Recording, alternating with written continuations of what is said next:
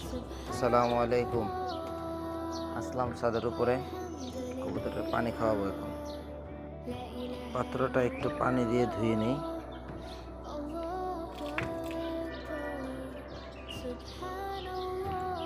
কার্মিনা দিয়ে দেবো এখন। 1 লিটার পানির পরিমাণ নিয়েছি আর কি, তো কার্মিনা দিয়ে দেবো 5 ml।